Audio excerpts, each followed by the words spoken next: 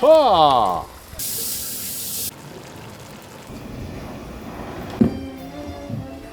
農家さんのエゴと料理人のエゴってお客さんには関係ないんで、だからそれをなんか一番美味しくなるように工夫はしてます。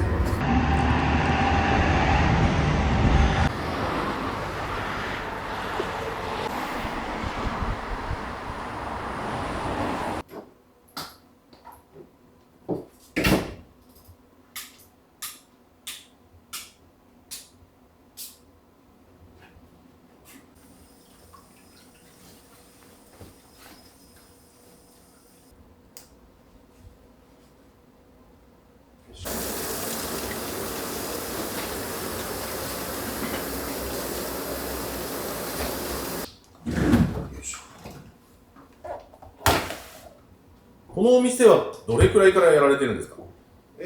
こは仕込み場なんですけど、店自体はもう10年になりますね。なんか始めることになったきっかけみたいなのあったんですか？きっかけですか。僕がもともと釣りの方の仕事もしていて、本業が料理人なんですけど、それで、たまたまね、すごく運よく釣り堀と飲食店のひっついてる施設っていうのを紹介していただいて、もうここしかないっていう感じで決めました。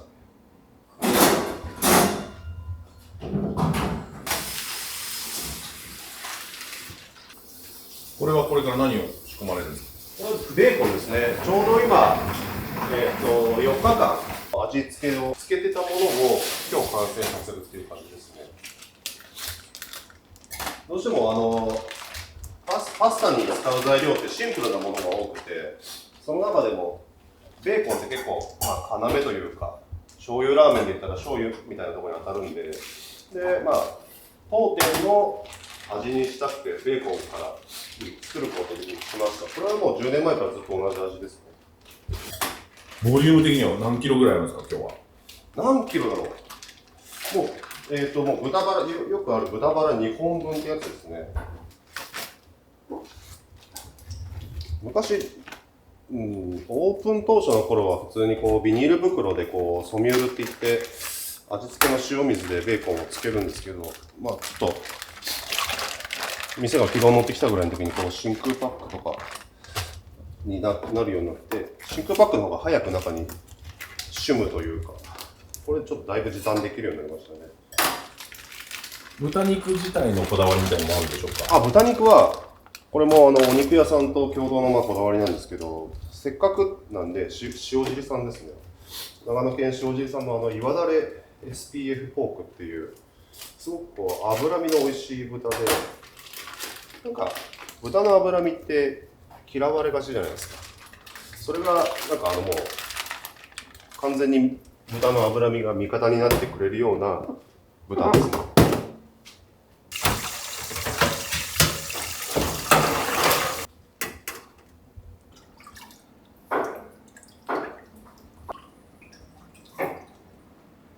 こ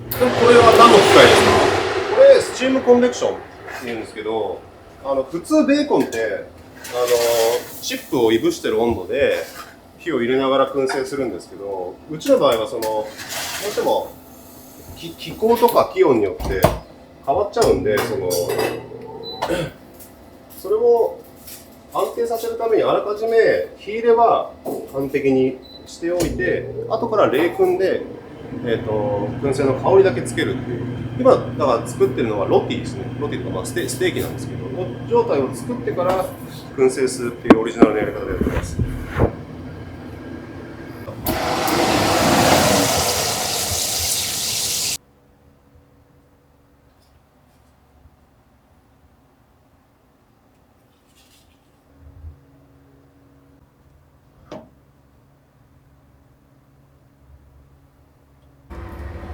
野菜も結構こだわりがあるんですか？そうですね、うちは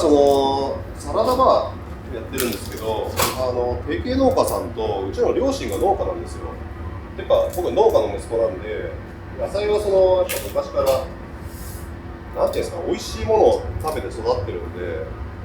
だから普通提携農家さんに料理人からフィードバックすることってないじゃないですか。ただ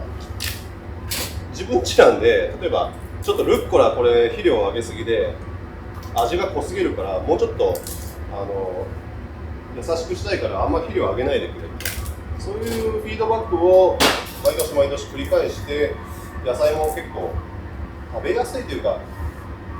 なんかエゴにならないように、農家さんのエゴと料理人のエゴってお客さんには関係ないんで、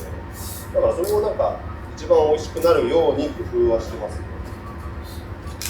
今野菜とお肉のこだわりをお聞かせいただいたんですけど、はい、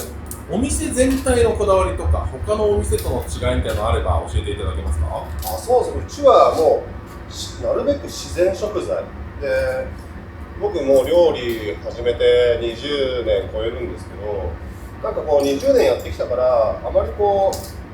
既製品をねただ使ったりとか、そういう強い調味料を使っちゃったりっていうのよりは、なんか全部自分の味で完結させたいなっていうのがあるんで、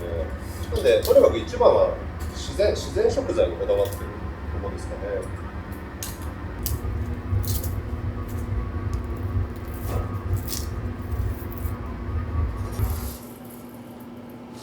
よいしょ。これは何をされるこれんですか？ボロネーゼミートソースのソースをこれから作っていきます。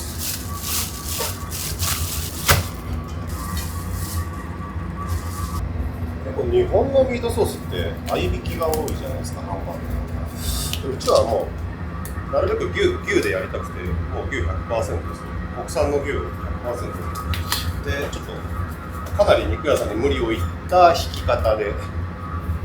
てます。1回にどれくらいの量仕込むんですか？これ6キロですね。6キロ合わせで仕込んでます。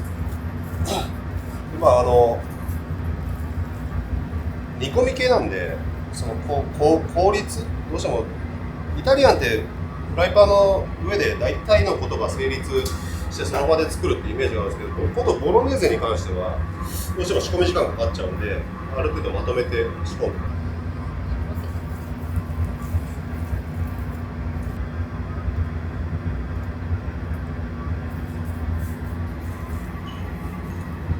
ちなみに今までこだわりとかいろいろお聞かせいただいたんですけど、はい、逆にもうなんかやめようと思ったこととか苦労してきたことなどありますでしょうか？料理の世界に入ってるってことですよね。そうですね。やめようと思ったことは何度もあるし、なんなら毎日思うぐらいだけど、苦労って言われちゃうと、僕の場合まだ飲食業界がなんていうんですか、スーパーブラックの時代に育ってきてるんですけど、その中でも人に恵まれてというか、上司とか会社に恵まれて大した苦労してないんですよね。だから割と薄っぺらい料理人かもしれないです。だからなんかもう昔だったら仕込みをこうずっと毎日朝から晩までやってる人とかってすごく包丁上手だったりとかするんですけど、僕割とそんなに仕込みだけずっとやってるとかそういうの経験してないんで、あんまり包丁も上手じゃないし、だからなんか基本が抜けたままどんどんこう料理人として大人になってしまったので、大人になってから基本を自分で勉強して、なんか逆に戻ってった感じです。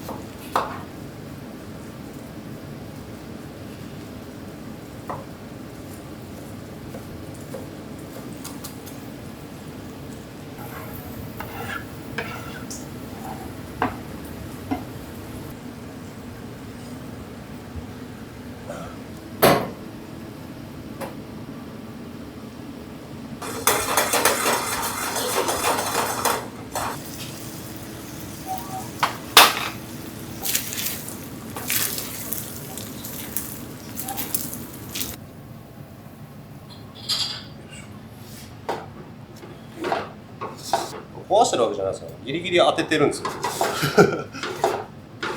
こういう風にした方が美味しいんですよ。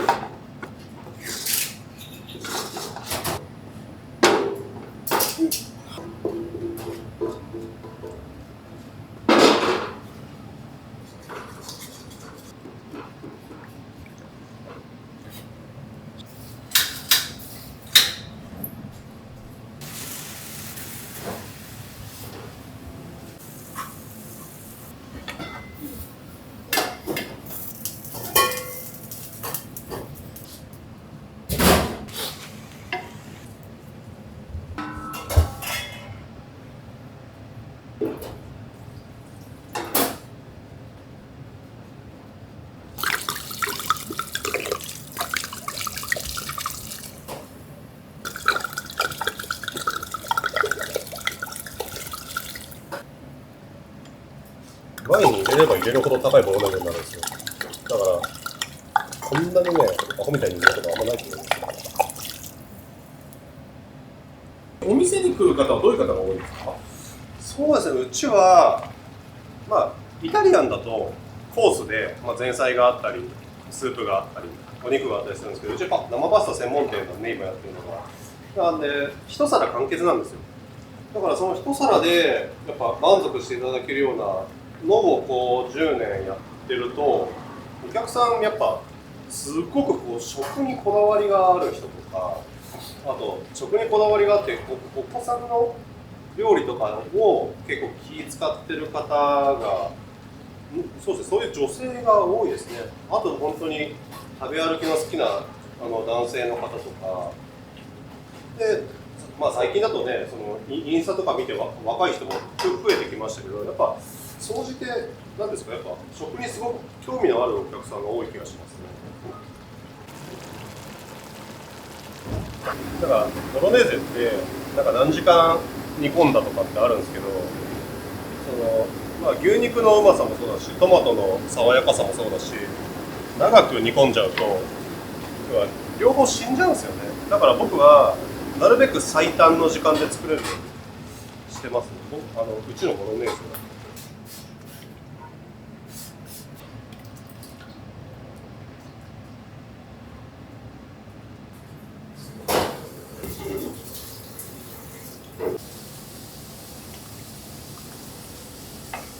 これは今から何を？これがジェノベーゼのバジルを、茎入るとあんま美味しくないんで葉っぱだけにして。結構ダイナミックなバジルですけど、それもこだわりがあるんですか？これはね、バジルって結構雑草みたいに生えてくるんですよ、夏場って。だけどなんかね、長野県のバジルって僕好きになれなくて、そこに関しては野菜長野県美味しいんですけど、なんでこれ沖縄から取ってますね。沖縄だとずっと長野県絶対冬バジル育たなくなっちゃうんですけど、沖縄はずっと安定してて、こちらのレシピに対して狂わないというか。やっていく中で使う野菜変えたりとかもするんですか？そうですね、10年の歴史の中ではもういろいろ変えてきましたね。やっぱ僕結構外に食べに行くんで、そこでこういう味もあるんだと思ったら、自分の中でその度アジャストして、その時の自分の流行りというか、そういうのはある程度あるんですけど、もうジェノベーゼとかボロネーゼはもう自分の中で自分の味ってなっちゃってるんで、あんま変えることないですね。ちなみに学業を終えられてすぐにこの道に進んだって感じですか？いや、むしろ学業、もう本当に子供の頃から皿洗いのバイトとかで飲食業だったんで、そうですね、ずっと飲食ですね。だからろくな青春時代は送ってないですね。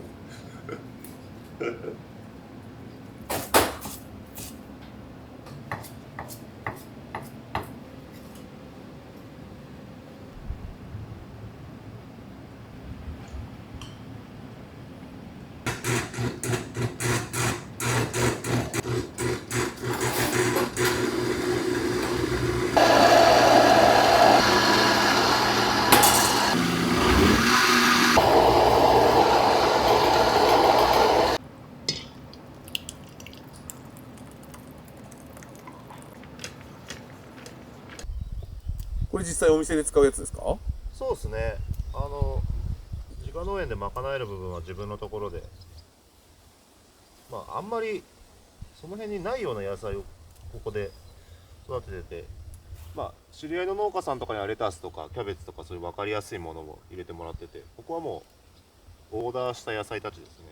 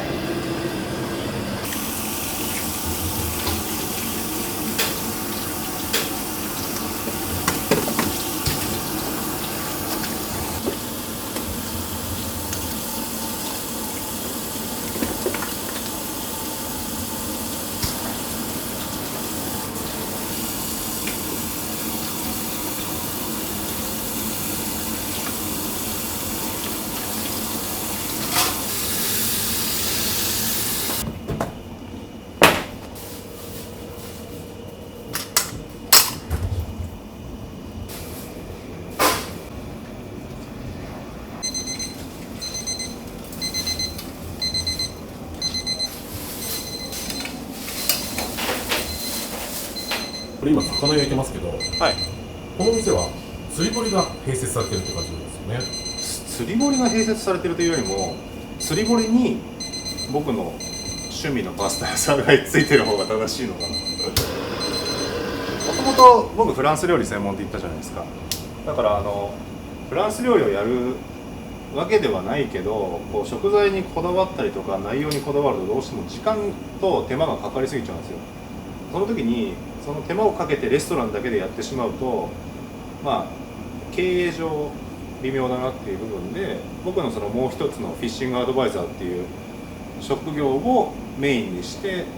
作った施設ですね。ご本人も釣りはもうバリバリやられるという感じですか？そうですね、魚種は全然違いますけど、ルアーフィッシング、そのペスカパッソ自体が釣りバカっていう意味なんでバカのように狂ったようにやってます。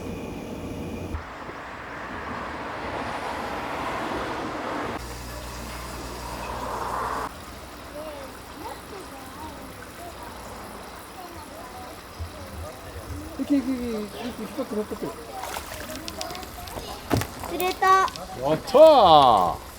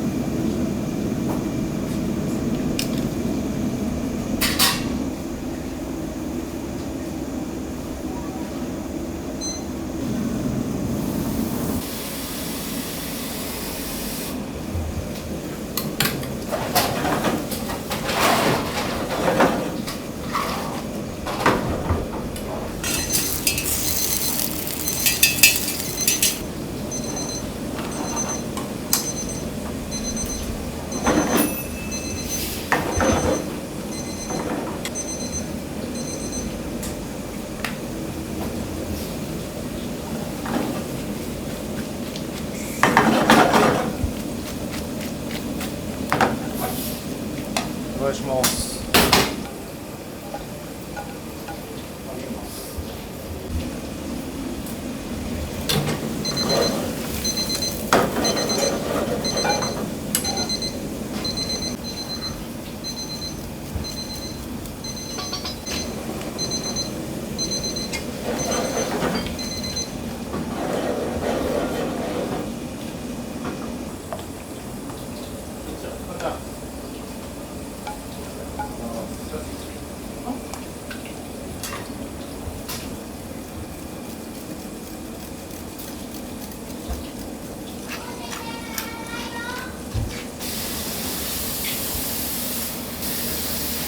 どうですか、パスタは。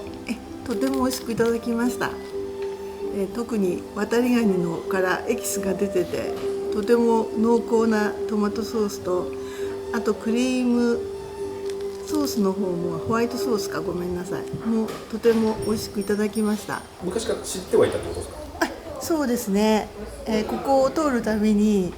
ワインを飲みながら生パスタとピザを食べて釣り堀ができれば最高だなと、家族で一日過ごせるなと思ってました。自家製ベーコンのローマ風カルボナーラと北海道アサリと岩のりのクリームソースと、あとエゾバ風味の濃厚クリームパスタで、はい、お願いします。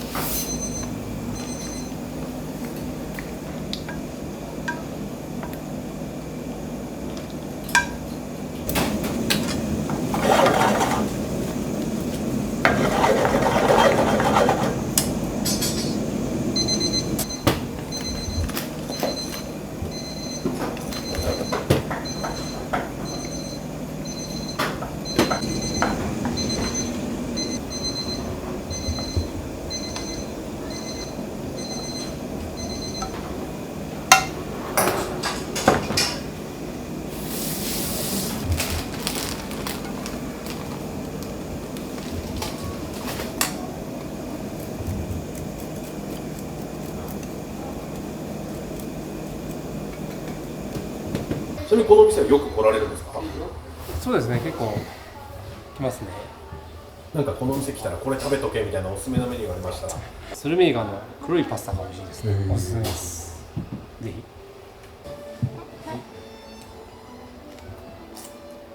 カメラ見て。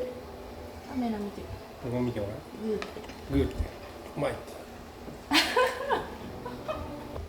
いかがでしたか？いや、美味しかったですね。特に自家製のベーコンがすごい美味しくて、お土産に欲しいぐらいです。ぜひ、また皆さんも足を運んでください。ありがとうございました。はい。プラスチックのトングって珍しくないですか？これ金属だとパスタとかって基本アルミのフライパン使うんですけど、これひっかいちゃうんですよ。なるとこう先がで素材が切れちゃったり面が切れちゃったりするんで、僕はその耐熱のプラスチックのものを昔から使ってますね。このお店の人気メニューとかおすすめメニュー、何が一番出るとかありますでしょうか？人気メニュー、まあ平均的に全部出るんですけど、やっぱカルボナーラとかこういうジェノベーゼとか、まあ誰もが知ってるようなメニューが一番出ますね。ただ当店としての推しはやっぱ魚介系で、僕のスペシャリティは一応ペスカトーレっていうメニューがあったりするんで、まあそうですね、アサリもうち北海道のすごくいいやつ使ってるんで、アサリ使ったりエビ使ったりしてるものは特に僕の個人的におすすめですね。メニュー拝見したんですけど、いろんなパスタあるんですけど、パスタ作る時のこだわりとか、なんか気をつけてることなどありますでしょうか？一番はだいぶ僕その伝統的なイタリアのパスタから崩してるんですよ。で、崩してるというか遵守はしてるんですけど、その文化、イタリアでできた料理なんで文化は大事にしつつ、でも結局食べるのは地元の人がメインだったり日本の人なので、そこはやっぱ日本人に合わせて、本来玉ねぎ入れないものに入れたりとか、ちょっとさっぱりしすぎてたり酸っぱすぎるものをちょっと甘くしてみたりとか、結構そのニーズというか地域に合わせてだいぶこの10年かけて変化させてきてますね。ちなみに今麺入れられましたけど、麺は何種類とかあるんですか？うちは今2種類で、大まかには時々イレギュラーに出てくるんですけど、もうかなり特徴のある麺なんで、これに合わせてソースを僕はいかにブレさせないかみたいな。麺が強いんでソースも強くしないと負けちゃうんですけど、こう弱くするとやっぱお客さんにパンチが届かないんで、コースの中のパスタじゃなくてパスタ一皿でパンチを与えるときに結構なんですか、全体的にこうパンってくるような味に仕上げてるつもりです。